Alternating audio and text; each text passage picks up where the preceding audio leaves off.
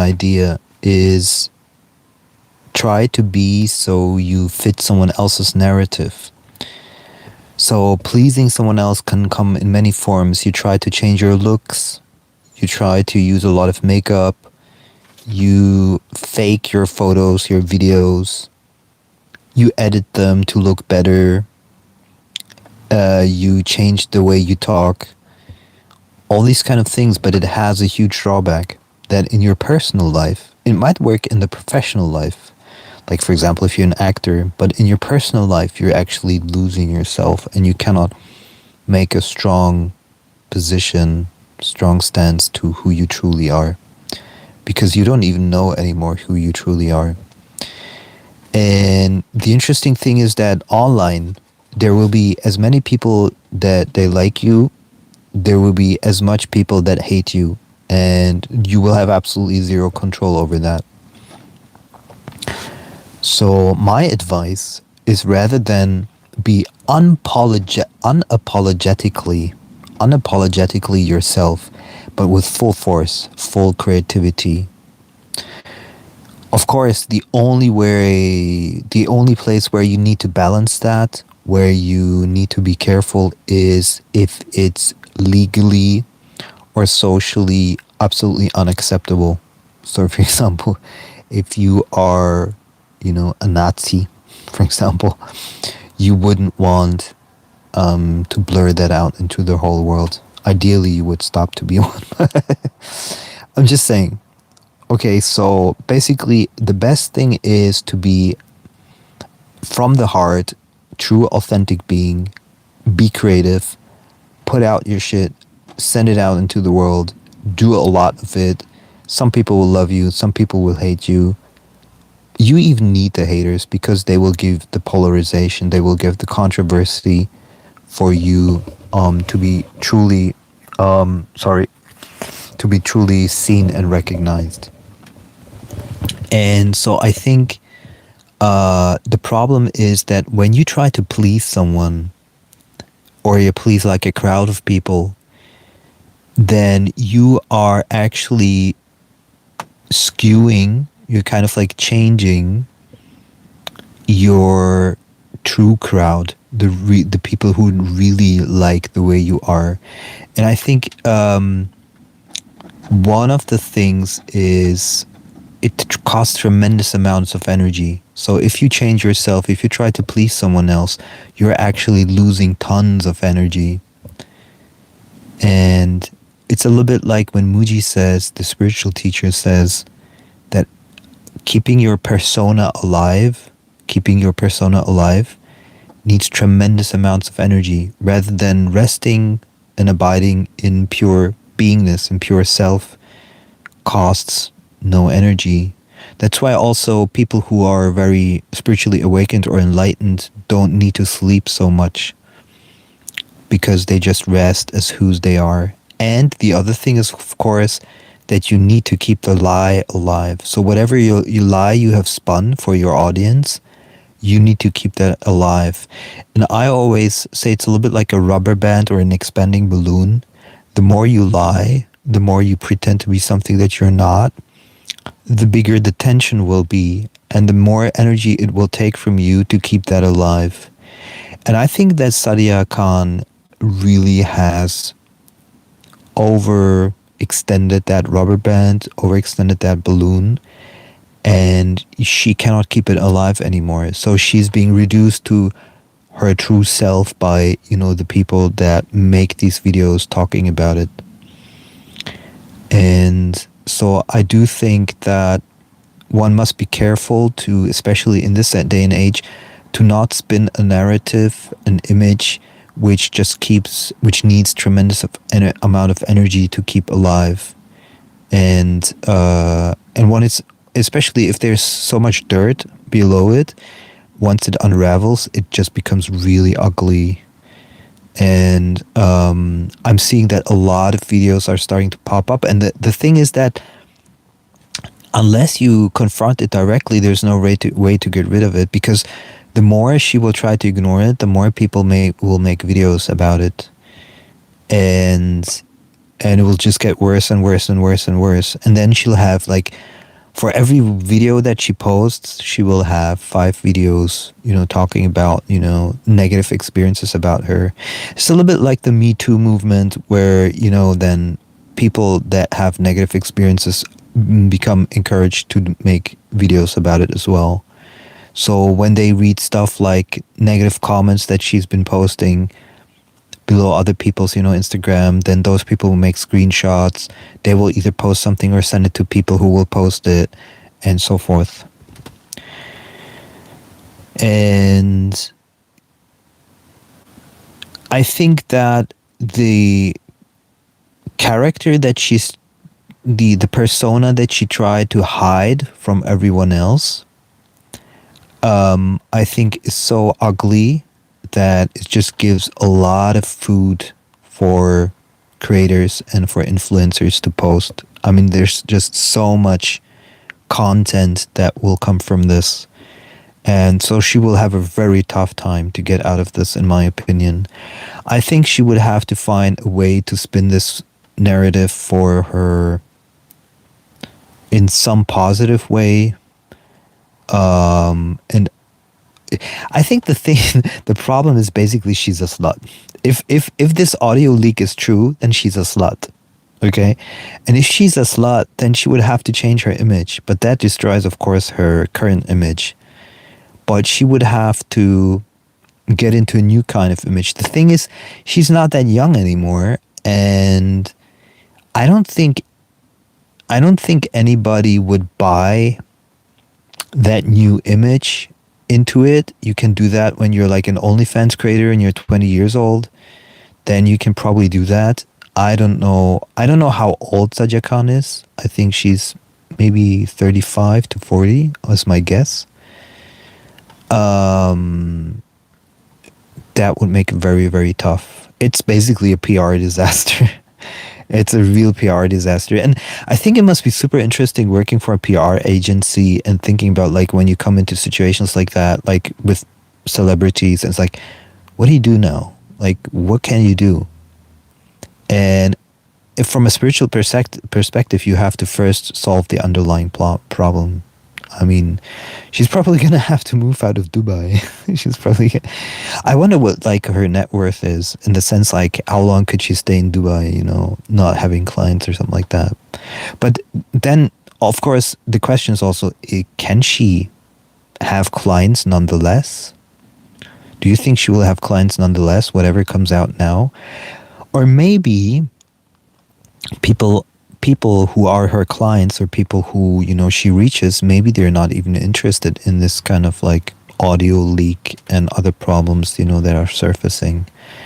Because so far it made its rounds, but it's not like she ended up on Joe Rogan or something, or somebody ended up on Joe Rogan talking about her, But when somebody does a reaction video and it gets like 1 million views, that's not very little. I wonder, to me, it's an interesting also idea of like, how would I react if something like that would happen to me? The good thing is that I'm very authentic, like, and I'm a very nice person. So you won't see like really horrible, reactions from me on anyone else. Yeah, like I would never ever talk like her, like she did in the audio. It's impossible. So it's hard to imagine like how I would react if something like that would come out. But it's also like, you have to be, in some form of fashion, you have to be a narcissist to talk like that. And there's more and more content coming out where people like saying she's a narcissist and so forth. And so the likelihood is very, very high that she is. But I think more than being a narcissist, I think she's highly traumatized. And I think, what I would do? I have an idea. If I were her PR agency, or if I were her, I would go dig up my past, solve my past, go to a therapist, and publicize it over and over again that I'm on a healing path and that I was wrong. And I think that would fix her image. And then she could come back even stronger. I wonder if she has the awareness level, the consciousness level to realize that. She would have to address her viewership and say, like, guys, I'm going to go see a shaman. I'm going to do ayahuasca. I know there's something unresolved in me. But, people that are in this situation, that are this toxic, they usually don't have the awareness and consciousness level to see even that route, that possible, way of healing themselves and finding a way out of the situation, like that way. But I think that would be the smartest thing for her to do, because then she could own up to it, I think, and she could say, okay, I healed from this and I'm now even a better coach than I was before. But she would have to take the hardcore route, like really like ayahuasca type, shamans, energy healers, kind of like that thing, and then really go on like a Joe Rogan podcast or something, which I think at this point she could get the Joe Rogan. I think, wasn't she on Joe Rogan once? I'm not sure. I don't think so, but that would be crazy. I don't think she was. She's not that, interesting, I guess. Would be interesting to know if she was on Joe Rogan. For me personally, I'm doing two things. For one is, of course, I'm milking the situation. So I did this video a year ago, and suddenly it became, some people found out about it, and they were like, hey, you saw this already a year ago. And now it's blowing up. So I'm using the situation. I'm basically instrumentalizing it. But at the same time, it's a platform to talk about things that are relevant in the zeitgeist, in the current, sphere of social media, relationships, psychology. I do think it's important, and I definitely have a perspective to give that is valuable. And so I think I can on one hand use it, but on the other hand also, I don't want to just say, oh, she's bad, she's bad, she's bad. What I want to say is, this is how I see life. This is how I see her situation. This is how I see, how we should deal with these situations. This is how you can deal with your own problems in this regard, and all of these kind of things. Like it wouldn't be a good image to just go out and bash her. Okay. I think a lot of things that are happening in society, even Andrew Tate, are symptoms of a broken society, of a problematic society. And I think it's good to have a voice that is talking about this stuff from a totally different perspective, not just bro culture and hyper performance yourself into some kind of fake imaginary reality where you're not even yourself anymore. Bro culture type of stuff for women or men, it just doesn't make any sense. And you can see this over-optimization, this hyper-optimization on both sides.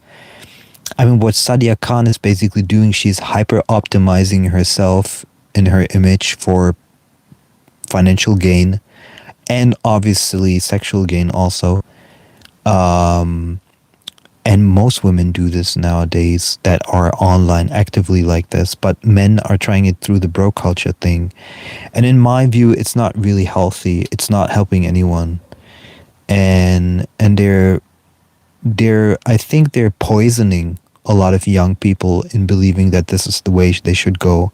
And then of course come like the radical kind of orthodox people, and we're like, yeah, I believe in Jesus, people, you have to go back to Jesus, be orthodox, I don't know, whatever, Christian, as like a counter movement to that.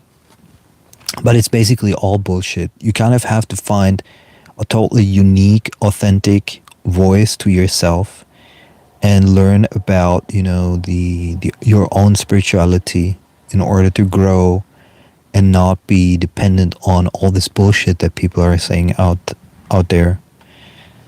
And I found Sadia Khan's teachings just as toxic as Andrew Tate.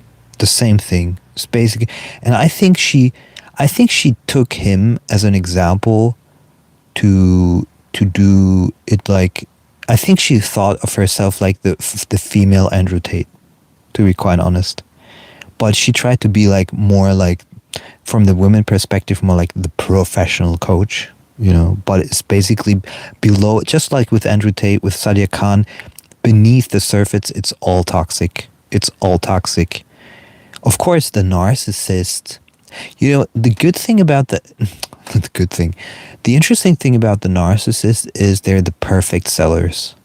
They know how to sell you an image. They know how to gaslight you. They know how to do push and pull. They know how to trigger your buttons.